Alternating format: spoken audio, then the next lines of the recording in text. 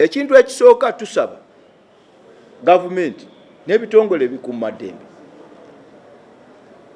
Sheikh Yahya Mwanje ateebwe awatali kakwakulizo, kuba tewali nsonga kati emukwatisa.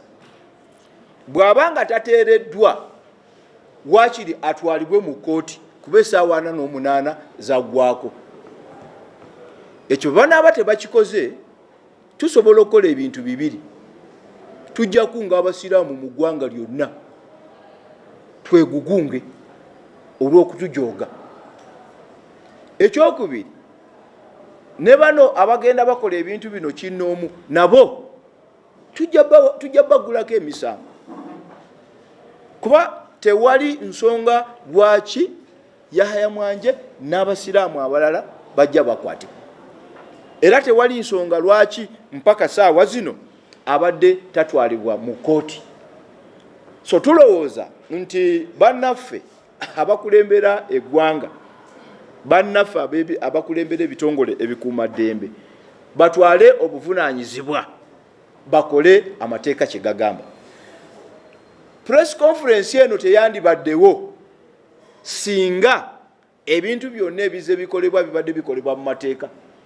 Kyova olaba nga bino bye twogerako situsaba busabi nti tusaba banaye mutuyambe, nedda. Kye tugezaako okukola wano ssemateeka kyegamba. Era singa Sheikh Yahya Mwanje yakwatibwa n'akuumibwa mu ngeri etamenya mateeka, tewandibadde bwetaavu bwa kuyita press conference. Tebwandibaddewo, kuba twandigiyise ne twogera ki?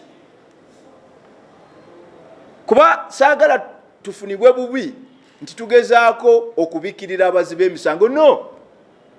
In fact, Sheikh Yahya Mwanje bw'aba alina emisango avunaanibwe. Kye tugezaako okugamba n'okukola saawa zino nti omuntu bw'aba akwatiddwa, enkwata egoberera amateeka.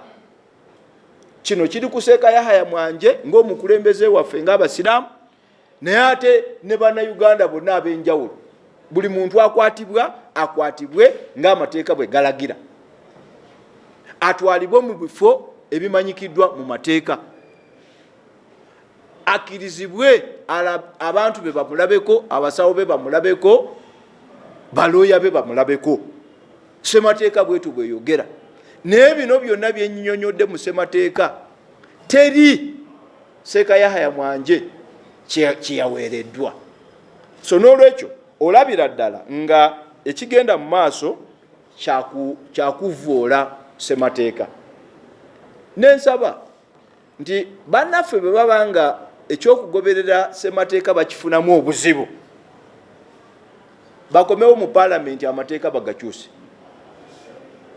Bwe baba nga bakifunamu obuzibu, bakomewo bagakyuse, bagambe nti omuntu asobola okukwatibwa mu ngeri yonna, n'atwalibwa mu kifo kyonna, n'akuumibwa ebbanga lyonna, n'atulugunyizibwa byonna. Bwe banaabikola kati ate bye tujja okwogerako nti amateeka gakyuka, naye amateeka agaliwo kaakati ge tusaba bannaffe bagafolowinge era nga bwe twogedde.